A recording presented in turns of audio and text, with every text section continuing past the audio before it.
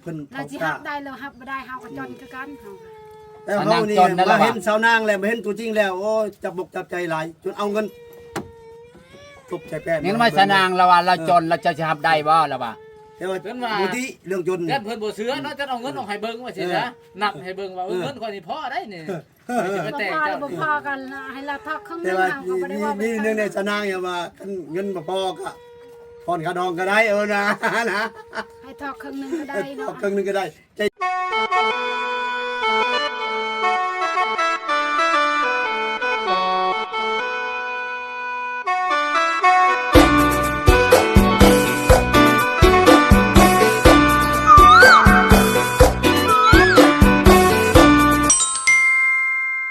ขนาดไปเฮือนอายจัก บ่สนางจังได๋เอาทำบ่สนาง สาวดัง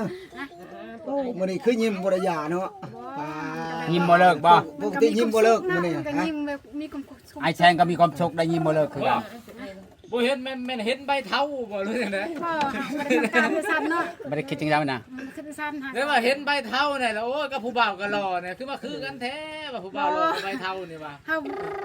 บ่เคยเห็นอะไรเงินหลาย ดอกก็รอแบบธรรมชาติบ้านเฮาพี่น้อง เฮาก็เคยเห็นแต่เฮาไปเวียงตอน ชาวไร่ชาวนาเนาะ ก็บ่สิกา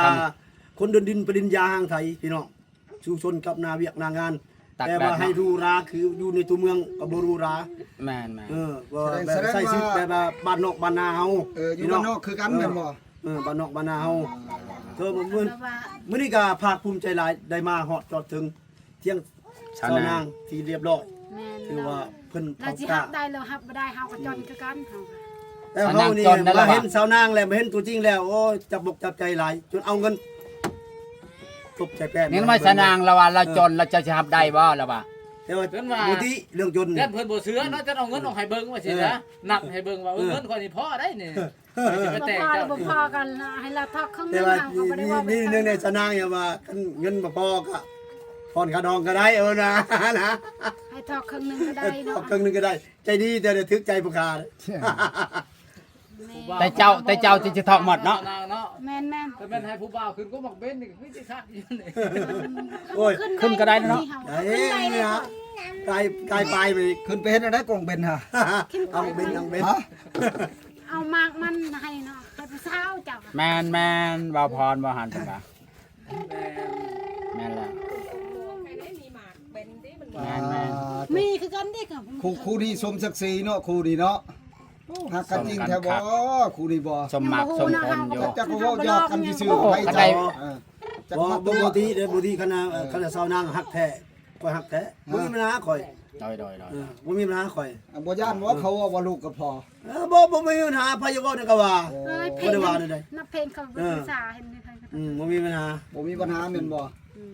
มีปัญหา เพียงบ่ละหักจริงใจก็เอาได้เบิด นัดกันอยู่เที่ยงนาน้อย แสดงว่าบรรยากาศดีได้มื้อนี้อยู่เที่ยงนาน้อยนี่ ครับ เพราะว่ามื้อนี้ไปหาสาวนางก็ท้องฟ้ามืดครึ้มเห็นบอกเพลงเพิ่นยังอุ้มผ้าอุ้มคนน่ะนะ นี่ก็มันเย็น อุ้ ได้ ม ไป พ สิ ลพาอุ้มพลคือคนอุ้มน้องว่า นั่นแหละมันอุ้มน้องตอนนั้นแหละ ถึงจะเห็นกักเนาะ เอิ้นหา เพลงตอนนั้นแหละ ม.1 ห้องคือน้องเอิ้น5ปี สั่นทางนี้เอิ้นใดเนาะ อ่ะจานถามมึงโดทางผู้ชาว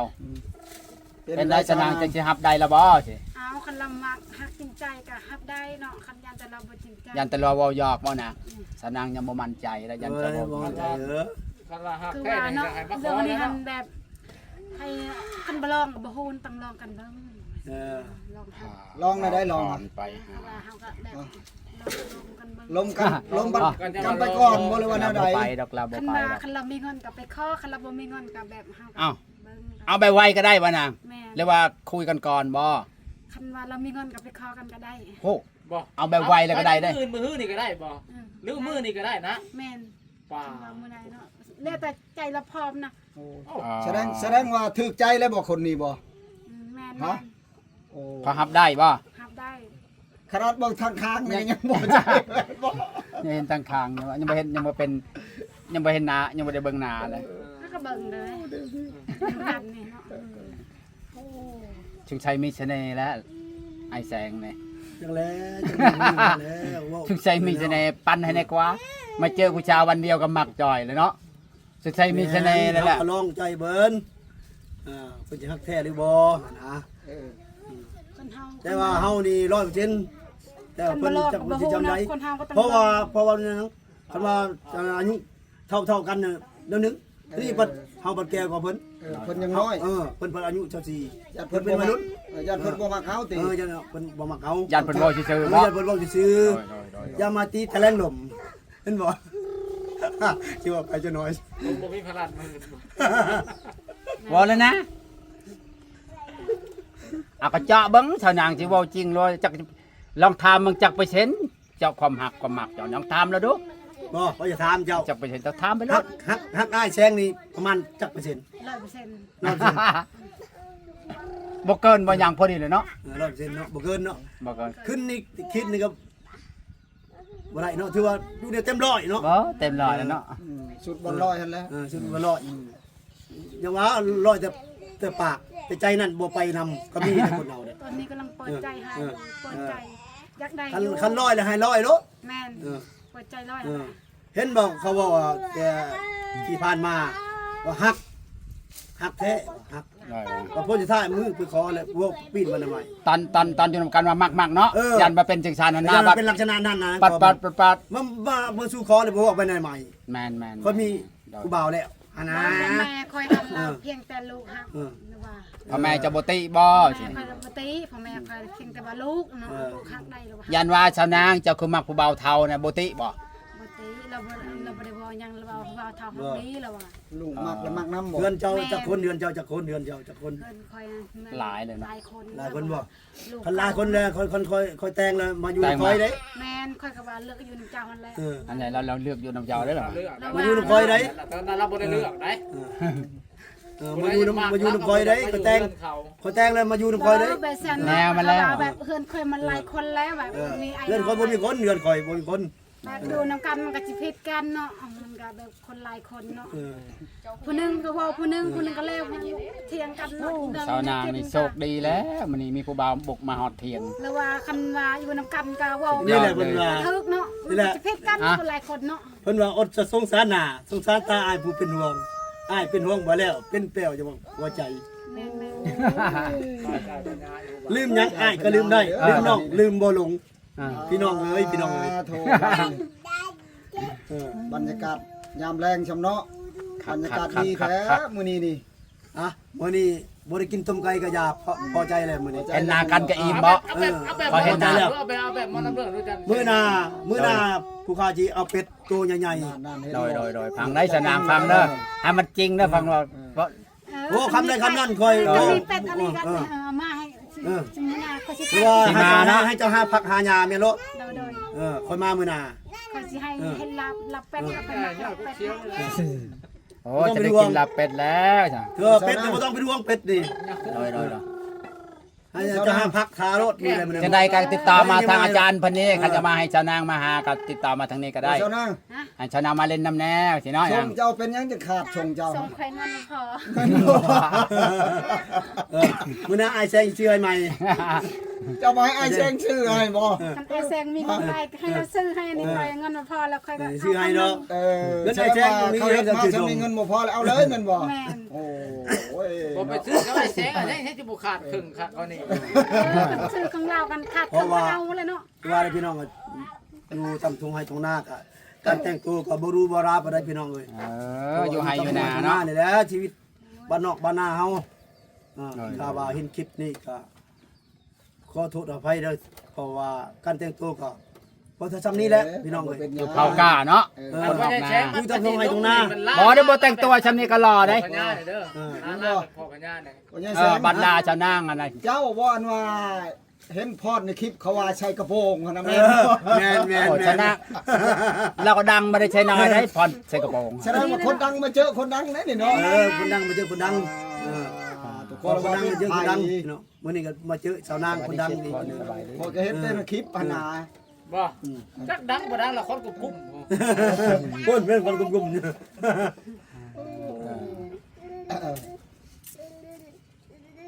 โอ้มาเบิ่งความรักระหว่างสองคนนี่ทุกคนว่าสิเป็นอะไรทุก สิ คน เป็นจริงหรือจังใดเนาะ นำกัน รอรุ่นนำกันได้พี่น้องเด้อมาพอกันมื้อเดียวเนาะมาพอกันมื้อเดียวกับไอ้แซงก็ลุยอย่างเดียวเลย เอาเงินออก โบว่าสิจริงเป็นจริงก็บ่ฮู้แต่ว่าไอ้แซงก็คือจิตใจฮ้อน ยัง เนาะ มาเจ้าเสือเขายังเอาเงินมาใหม่ บ่ จันว่าไอ้เดี๋ยวว่าชื่อมีแต่กระเป๋าละล่าหนะก็มันจะให้เบิ่งเงินกีบเงินบาทให้เบิ่งตัวจริง คือว่ากระเป๋าแป้แม่นบ่อย่างนึง อันนี้เห็นตัวจริง10ปะว่าบ่เท่าตาเห็นเพิ่นว่าเห็นกับตาพี่น้องเลยแต่ว่าอย่างนึงคือว่าคือการกระดว คือว่าสาวแนงพอผู้ใดก็บ่เคยเห็นเนาะแปลนนี้เนาะ บ่เคยเห็น แปลกบ่นางบ่เคยเห็นว่าเอาเงินให้เบิ่งบ่ เขานั่นเอาเงินใส่เนาะ เห็นบ่ หากก็เห็นมื้อนี้แม่นบ่ โอ้ยเจ้าเจ เห็ อน บ่ แต่ โอ้ย คำตะกอนนั่นจะเห็นแต่คำมันนั่นหรอกจะคำจริงหรือคำปลอม อ้าวคือเจ้าเห็นเงินคอยเงินปลอมนึงเงินแท้อะให้ เจ้า เจ้าอ่ะ เงินแท้เจ้า ยันว่า จะคำมันบ่ฮู้ว่าน่ะ คำมันบ่ฮู้ว่าเฮาบ่ได้ เจ้าทางเงินน่ะเงินแท้แต่โสดนี่จะโสดปลอมอยู่เนาะ เรื่องนั้นหันกันเนี่ย บ่มีปัญหา ยังบ่แน่เนาะยังบ่มั่นใจเนาะเฮาก็บ่ฮู้ เราก็ นะ ต้องลองเบิ่งก่อนเนาะบ่ลองก็บ่ฮู้ ลองบ่ฮู้ลองมือก่อน ต้องคุยบ่ก่อนเนาะ ต้องคุยบ่ก่อนแม่นบ่ แม่นคันเรามีเงินกันเราพอมื้อใดก็ให้ไปขอมื้อนั้นเนาะ แน่จะนางเว้าง่ายได้จะ สาวนางนี่ว่าง่ายอยู่เนาะ ว่าง่ายสาวนางคนง่ายอยู่ ใกล้สิได้ได้พังเว้านี่ได้ บ่มีปัญหาสำหรับไอ้แสงบ่มีปัญหาใจร้อยอยู่แล้ว แม่นี่เราบ่ได้ บ่ไอ้แซงคันจะนางตกลงสิคอแมลงก็ได้เนาะ ขอมือก็ได้ตัวแรงบ่ขอทำแมลง ตอนเช้าเนาะ ตอนเช้า เลย ตัวแรงบ่ขอ แต่จะนางก็ต้องเบิ่งก่อนมันน่ะ ค่อยเบิ่งเราคันเราพอมื้อใดก็ไปเข้ามื้อนั้น จะนางก็บ่เบิ่งได้นี่ แล้วบ่เงินถือว่าใจร้อยเลยสาวนางถือว่าใจร้อย แต่ว่าตัวจริงจะใจร้อยหรือว่าฮอดมือนี่คอยมือคอยบ่ขอจังเราจะปีนคือประมือกับบ่ยักฮอดมือ จะว่าคือกันกับฉันมันก็หลอกนี่บ่ ก็ปีนคือสิบ่ยัก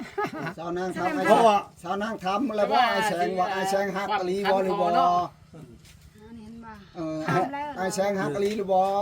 เราว่าหักเนาะ ฉันบ่ แล้วก็คนใหญ่เลยเนาะใช่ว่าไม่ใช่บ่ แสดงว่าเชื่อใจแล้วแม่นบ่ ครับพังเขาบอกนี่จะ แม่น 100% คนเด็กน้อยเนาะเราก็แบบคนใหญ่ ผู้ใหญ่แล้วนางเว้าแล้วคือเว้าเนาะ คนเฮาเนาะ เพราะ ไป ว่า จ้า พัง แอ เขา ร์ บอก มัน เขา เป็น บอก เรื่อง นี่ ของแอร์นี่ 100%เขาบอก เฮ็ดได้เด้ไอ้แสงเรา สาวนางนี่มักง่ายได้ แรงบ่ ครับมื้อนี้ขอเมื่อบ้านก่อนมื้อนี้ขอเมื่อบ้านก่อนเมื่อบ้านก่อนมือใหม่ มื้อหน้าวันแล้วก็แล้วก็มื้อหน้า นัดกันใหม่เนาะ สินอนรับอยู่บ่ โอ้จะนอนมารับในเมื่อมาเลย โทรหากันเนาะ จักผู้บ่าวรถจักรสิมาก็ไปจักเด้อ ขายรถถึงไหนบ่ ขายรถได้ ขายเลย เจ้าบัดชาวไห้ชาวนาเขาบัดเป็นนั่นนักธุรกิจได้ เขาเป็นธุรกิจซ้ำแม่นบ่ คือว่าเนาะเฮาเลือกเฮานี่เอาเบิดผู้ใดก็เอาเบิดเฮาก็บ่ได้เฮียนกันเนาะ เดี๋ยวแต่เพิ่น เฮา เดี๋ยวแต่ ก็บ่ เพิ่น ได้ ว่าดอก บ่แม่นควายกินก้าแล้วบ่ชาวนาง บ่ได้กินยังบ่ได้กิน ยังบ่ได้ กิ กิ น น กายโอ้กาฮักหวานฮักเงาะพี่น้อง กาหากา กินยังไก่มันก็ออกเนาะ หากระแตกก่อนนะ โอ้ชนะไก่เป็นพุงพุ่นลูกค้าแล้ว มันบ่มีดอกไก่ อ๋ มั อน โธ่ เป็นที่เลยเนาะเจ้า บ่จักไก่นี่ ให้ได้แสงเราเฮ็ดได้บัด กิ นี้ นกินบ่บ่ตอก เช็ดได้ก็รอมือ บ่ได้บอกผู้สาวบ่ ถามมึกรายละเอียดมา อะไร เลย ร้านแม่ผู้สาวกสิกลับก็ได้ เป็นไงอ่ะ นะ ได้ลาผู้สาว เดี๋ยวอำนาจประชาชนนาง โดย อายุดีเพียง โดย สบาย ให้มี เด็กกลั ผู้ บ บ่า บ้านกับจองมาได้บัดนี้ ให้มีผู้บ่าวบ่ กับนอนกลางคืนให้ฟันเห็นอายเนี่ยเด้อ โดย เมื่อยังมาแรงพันเห็นหน้าเด้อ สานางก็บอกดิเจ้าเห็นฟันเห็นน้องเนี่ยนะ เมื่อน่ะก็เจ้าพัด มือนาที่มาเล่นน้ำดอกมือนาที่ไปเล่นน้ำดอกมือนาจะเอาเป็ดมา โอ้ เป็ด จะได้กินหลับเป็นไอแซงแน่ๆ สิได้กินลาบเป็ดได้พังเว้านี่เนาะ ดีใจเลย โอ้ เนาะ ถึกใจลายหักแม่ แสง โอ้โห จับแม่อีกไป เจ้าแบ่อีกเป็นบ่ เอาไปทางอยากกินเลยเนาะเขาเคยกินแบ่ๆเคยกินแบ่ เป็นอยู่ว่าครัวแบ่ บ่เคยครับ บ่เห็นนะเนาะ บ่อยากคิวบ่ ให้ FC นี่แหละเฮ็ดนี่ ฮะ MC ได้ น้อย ได้ MC เขาก็ทากินแล้วเขาก็ให้ FC เฮ็ด เอาป่ะโอ้คุยนี่ก็โดนเติมเนาะไอแซง ตัวตรงลงปรงใจกัน แต่ขออนุญาตมาคำพี่น้องแต่บ่ทันฮอดมือขอ แต่ว่าตกลงปรงใจกันแล้วมื้อนี้ ค่าชิดชอดค่ายังก็โฮมาแล้วเนาะ สิชดก็ก่อนกระดองก็ โฮมาแล้วเนาะแต่ยังว่าเบิ่งก่อน เพิ่นว่าเงิน30ล้านคำบาทนึง งัวเป็นงัวตาย เป็นงูตายครับแสดงว่ามือกิน งัว2ตัวมือกินตัวหนึงและผักไว้ตัวหนึง เลี้ยงตัวหนึง เออ แต่ว่างวดที่เป็นว่าเอาแม่แพ้ลูกก็สิชมตั้งเจ้าก็ได้เนาะ ถือว่าผักเก็บเรียบร้อยถ้าเราอยู่ ดีมีแฮง บ่แม่น อยู่หยัง ถ้าเป็นเรือนเป็นชาน เอาได้ บ่เป็นหยังถ้าว่าป้าห้างทางนี้แหละถือว่าสิได้นำเอางัวตัวที่ขาดปลาเมียนน่ะ บ่แม่นบ่เอาหมด2โต บ่แล้วงัวน่ะกินอะไรตัวหนึงอยู่ผักปลาเมียนอีกตัวหนึง ไปเล่นระเบิด บ่ซั่นบ่ ถือว่าพังงอ30ล้านทอกหมดนี่บัดปะนี่ถือว่าหมดเลยนะถือว่าบ่ได้เสียหยังกี่พุทธิกีบ แม่ ได้ นๆเอาไปเอา เอ ไป อ เนาะ แล้วได้แต่งัวแล้วตัวผักแม่น โอ้ เพราะเพิ่นน่ะเพิ่นทอกหมดเลยเด้บ่ได้ทอกหมดเด้ แม่น โอ้โหนี่เป็นตาคือแท้เนาะจาน เพราะว่า เออ โอกาสหน้าสิลงคลิปให้เบิ่งอีกเนาะตอนไปขอพี่น้อง เนาะวันนั้น บ๊ายบายนะคำนี้ก่อนบ๊ายบา คลิป ย นี้โจชมนี้เนาะ บายบาย บ๊ายบาย บ๊ายบายใจขอบใจมื้อนี้ก็คลิปนี้โจชมนี้พี่น้องเอ้ยสาวนางมาพอคู่ใหม่ฮักใหม่พี่น้องเอ้ยอยู่เทียงนา กินฮอดได้เด้ เป็น อ จังไดต้องรอลุ้นนำกันเนาะเป็นจังไดคู่นี้มันจะจริงหรือบ่จริงกันลุ้นไปนำกันเนาะ จะได้จบสำนึกก่อนเด้อ จบสำนึกพี่น้องก็ได้ สบายดี